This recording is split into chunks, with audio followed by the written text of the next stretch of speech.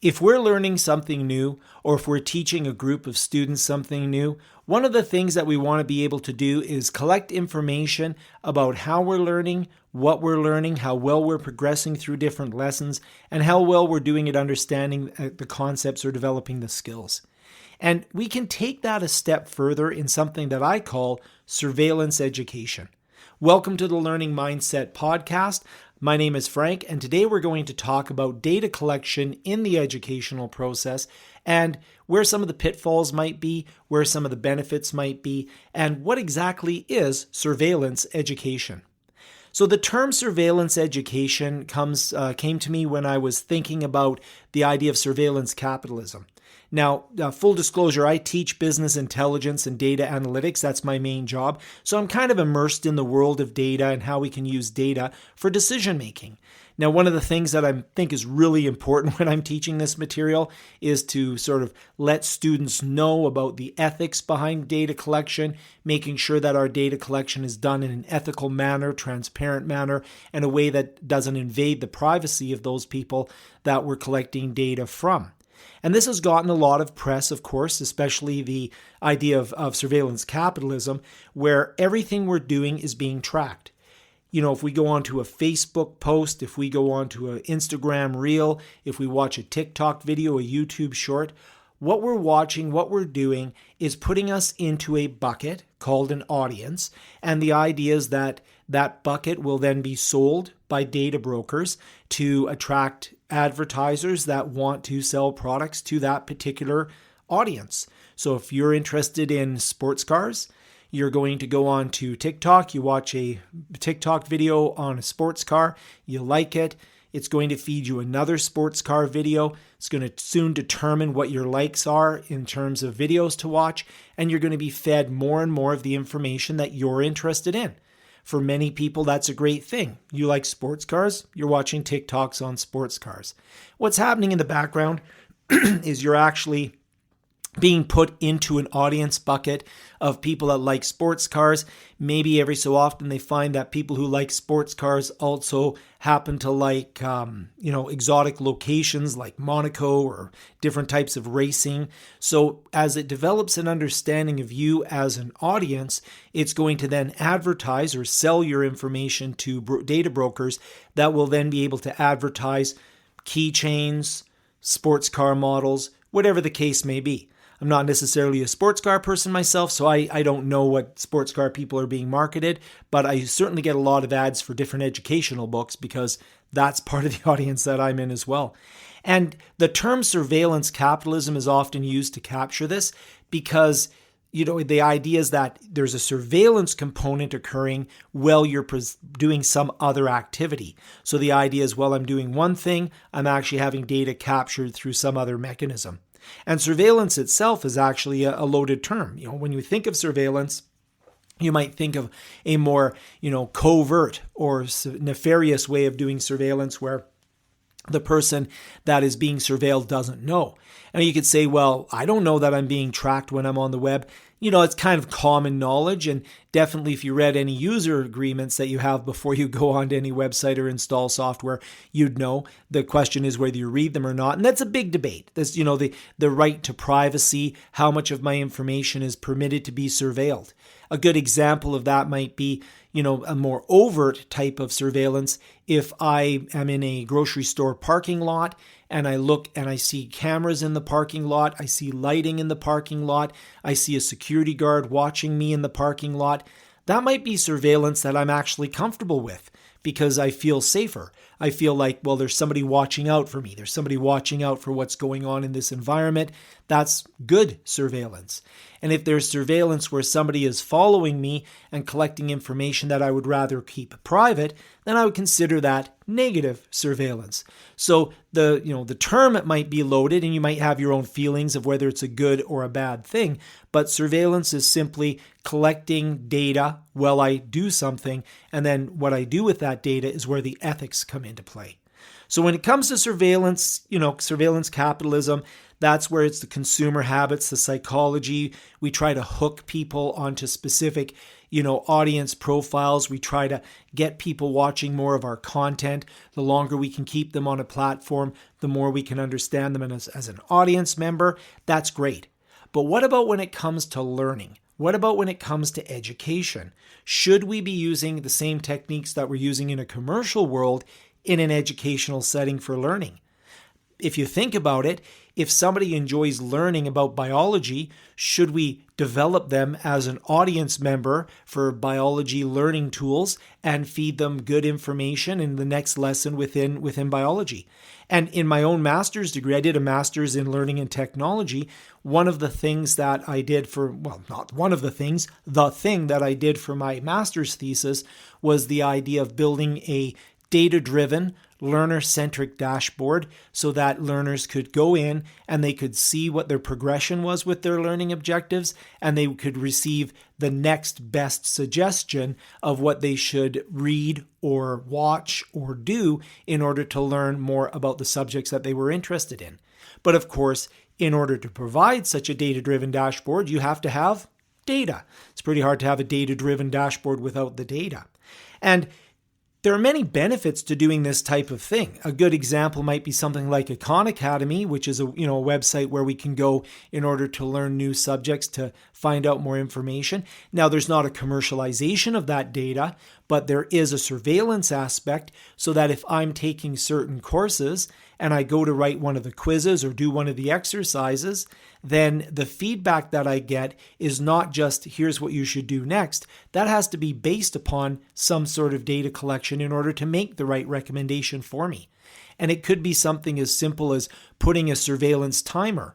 So if I'm taking a multiple choice quiz or a written quiz, any question that I pause on for a longer period of time could be construed as being an area that I'm a little more confused about, or that I have to put more thought into, and the surveillance comes back and says, well, this question you answered within 2 seconds, this question took you 2 minutes. What we need to do is not give you the easy questions, the 2-second questions. We need to give you a question that might take you a minute. A little bit easier than this one question, a little bit harder than this other question, and then we can feed you the right assessment so that you feel that you have a sense of progression, but you're not over-challenged and you're not under-challenged. That sounds like a great thing to do with education, and there's a lot of positives to that. We can imagine these dynamic assessments being something that could really help with student growth and student learning. Now, when we think about that, building on the students' strengths and providing that just-in-time learning, what we can really do is maybe hook people on the concept of lifelong learning. Because what we're really doing is, instead of selling them a product like a keychain or a model kit or whatever the case may be for our sports car fan, what we could be doing is we could be selling them on the idea that learning is accessible, learning is something that you can do, and that if we have all of the world of data about what you're doing, that's maybe something that we can use in order to help you on that journey. Now, it does assume that we have your best intentions in mind. It does assume that the educational system and the systems that we build for the collection of the data will be used in an ethical manner. Because there are definitely some concerns around this as well. Is, a dark side to some of the surveillance that we have. And I'll give you an example of that. If I'm using something like an online platform, something like Microsoft Teams, I can put a tool into Microsoft Teams called Insights. And what the Insights tool will allow me to do is keep track of when students are logging in, how long they're engaging with the team site. I can see things like how often they're posting, reading posts, going into subforums. This is all a great thing for me as an instructor because I know which students are engaged. I can identify students at risk. Those are benefits. I also can see if students are working late at night. I can see if students are working early in the morning. I can collect a lot of data about my students' interaction with the platform and with the materials that I post on the platform. The question now becomes, how much do I have a right to know? So for example, if I'm in an academic environment and I have a student that comes in and I say the assessment for this course is that you must pass this particular test or you must complete this particular activity to a certain level of expertise. And if somebody does not attend the class and somebody does not participate in the class and they can still perform the activity, Do I care whether they worked early in the morning, late at night, or participated in the forums? Now, there, of course, we all have our instructional tricks. And so one of the most common instructional trick is that we assign a weight or we assign a grade to participation, because definitely in terms of a skill set, the ability to participate, work with others, do group work, that's going to be an important objective for almost every educational outcome we have. I could do, maybe I will do some episodes on different types of assessments that we have when it comes to learning. But when it comes to understanding what a person is doing on a platform, how deep should I go? And if that computer is owned by the school, should I also be tracking the individual websites that a student is visiting? Is it any of my business? Now, the argument could be made that it's a school computer. It's using school resources, and therefore I do have a right to know. But what happens when that student's at home? What happens when can I track what the student's doing at home? Do I have a right to go in and do a deeper analysis of that person's social media, activities? This, again, you think the first thing that comes to my mind is no way. That's an invasion of privacy. Then part of me says, well, what if I could identify a student at risk? What if I could identify a student that is, participating in social media activities within the school or using the school's Wi-Fi or, going out to websites that maybe might indicate that that student is a risk to themselves or even a risk to others within the school? At what point do I have a right to know? At what point should I be going and doing this type of surveillance education? So you see, there's a continuum here, and I apologize if you've been listening to the podcast this long and you're hoping that I'm going to give you an answer. This is more about a mindset and to think about some of these different types of things. I think that if we do things with the student's knowledge, and if we do things that promote the student's mental health and well-being and all of those things, and the student's aware of that there is, in my mind, some ethical grounding towards that. But I'm just one voice. Some other people may say, no, that is absolutely the only thing that you should concern yourself with is how well they do on a test. Unfortunately, some of those activities around the student might be things that we can help them with and help them be more successful. So there are concerns, right? There are concerns of how far is too far. Certainly the technology will allow us to go probably further than maybe the law or ethics should really allow us to go. We're not doing, it's not, for example, with commercial surveillance or surveillance capitalism, there's an implicit agreement. If you're getting free entertainment, you're the product. That's an old saying. We heard that all the time. But there's an expectation, certainly the end loser. Well, maybe you are the loser in the end if you sign the license agreement. But the end user license agreement is pretty clear that if you're going on to Instagram and you're watching free content, that they're going to track you and sell that to potential advertisers, that you're going to be bucketed into an audience. Students, on the other hand, and those that are learning, probably have a more reasonable expectation of privacy. So we want to make sure that we're not placing these students into a situation where we're learning more about them than they may be willing to share. So that's something to think about. The data collection, that's not the issue. The ethics is probably the biggest issue here.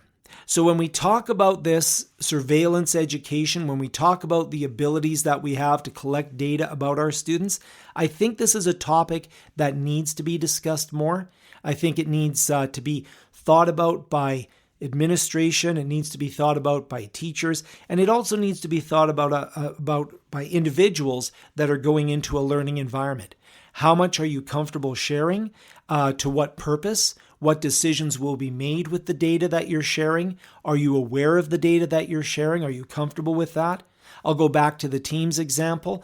If I put a survey up every day, and the survey is, how well are you feeling? It's a reflection. So if I say, how are you feeling today? Are you sad? Are you happy? And in that particular reflection, I can choose to have that not shared with the class, but it's something that only the teacher is going to receive. In that case, if a student goes in there and they're sad, they've kind of agreed to let the instructor know that they're feeling sad. and then I can go in and I can meet with them one-on-one, either remotely or in the case of an in-class environment. I could, say, hey, let's grab a coffee, or, come into my office, let's have a little chat here. A lot of that sort of silent stuff that we could observe in the classroom is lost in a remote environment. So we want to make sure that we have a way of capturing it. Maybe reflection is the way to do that. But also be aware that there may be students that are uncomfortable telling you how they're feeling. They don't want to participate in that survey. And we may have to find other ways to identify if there's ways that we can help them without a data collection in the back end. It's an interesting thing. I was just thinking about it the other day, specifically because I was reading some books on the consumer aspects of, how we build an audience, how we hook an audience, how we get audiences to participate. And, even the fact that I have a podcast, there is an element of that here, isn't there? You're not paying for this podcast. I'm not, I don't generate any type of revenue at this point on the podcast, but, I would potentially put in an ad in my podcast for people that are interested in education, or I have links in the podcast description for things that will be blunt, collect information on you and say you're interested in books about education. I'm transparent about it.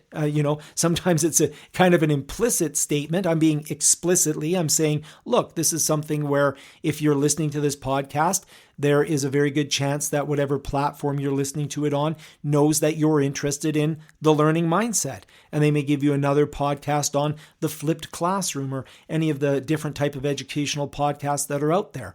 I don't think it's a surprise. So sorry if I've ruined anybody's day at the end of this episode here. You're like, wait a minute. You're collecting information. I'm not collecting information on you. The platform I'm producing content for the platform that's collecting information on you. And I'm also producing it anyways, that's the whole commercial end of things. So when it comes to surveillance education, on the other hand, how far is too far? How far can we go? Where does the ethical line come into play? To what point can we use data to make better decisions? The good part about data collection, the ethical, good, positive ways that we can help students grow and achieve results by understanding them better because of the data collection. And at what point do we go too far? These are things that I hope people will think about. I imagine that it's a topic that I'll revisit in some future episodes of the podcast as we start hearing more news stories come out about this, as we start seeing this being used more in the educational field or being something that we need to discuss in education. Something that definitely, if we were sitting down for a cup of coffee, I would absolutely want to hear your thoughts on it. You can visit the Learning Mindset website. So I have a blog there. I don't put too much on the blog there. Or if you go to my YouTube channel, if you go to the community tab, so my YouTube channel is Learning and Technology with Frank. Just go to the YouTube community channel for community tab for that channel. And you can post in there as well any ideas that you might have. Just say, hey man, I was listening to the podcast and the surveillance education caught my attention. Here's some thoughts I have on that. Maybe we can get some discussions going. Meanwhile, I hope that I've given you something to think about, and we'll see you in the next. We won't see you. We'll talk to you in the next episode. Thank you so much for listening. Thank you so much for listening to the Learning Mindset podcast. My name is Frank. You can find me over on YouTube on the channel Learning and Technology with Frank, where I look at topics on how we can learn and teach more effectively with technology. You can see my blog over at Summit Tech Academy, where I write about topics related to learning and technology. And of course, stay tuned and subscribe for more episodes here of the podcast. Again, thank you so much for listening. We'll see you in the next episode.